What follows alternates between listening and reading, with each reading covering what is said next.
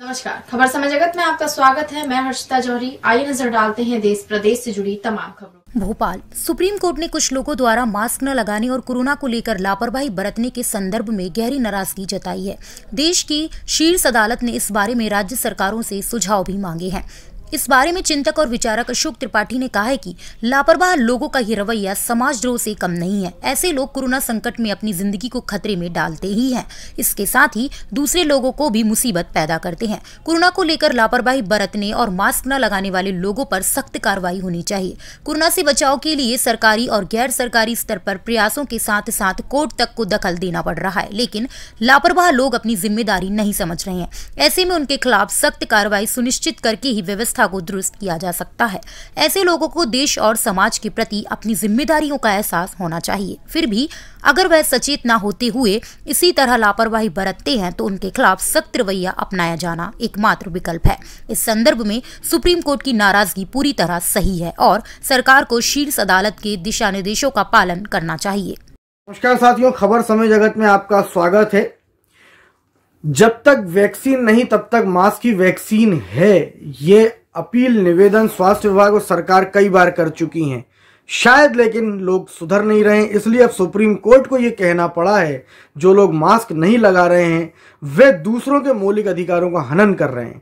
अपने विचार हमसे साझा करेंगे श्री अशोक त्रिपाठी जी। सर नमस्कार, बहुत स्वागत है आपका।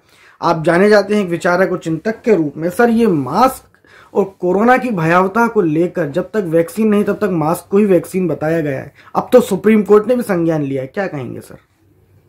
मास्क ही वैक्सीन है जी, कहने के लिए कि करने के लिए? हाँ, मास्क की वैक्सीन है, खूब मीडिया में सुनने में आ रहा है, बड़े बड़े ग्रुप कह रहे हैं, सरकार भी कह रही है, पालन नहीं हो पा रहा है जी।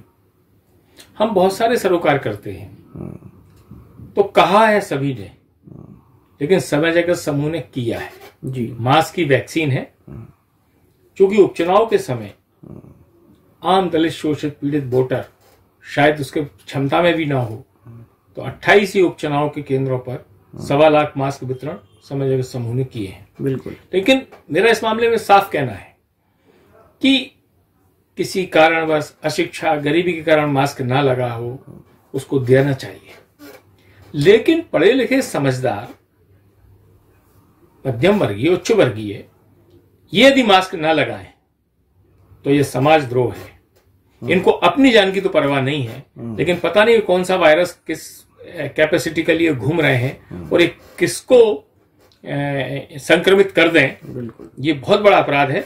और इसमें अभी हाईकोर्ट की भी टिप्पणी आई थी कि कहा गया था कि उनको जो इतने ही भयहीन है, इतने निडर और साहसी हैं, तो उनको कोरोना पीड़ितों की सेवा में लगाओ।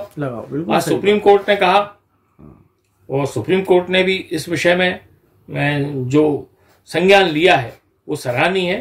तो मुझे लगता है कि हम अपने लिए नहीं अपनों के लिए जीते हैं। बिल्कुल। तो ऐसा व्यक्ति स्वयं की चिंता आप ना करें।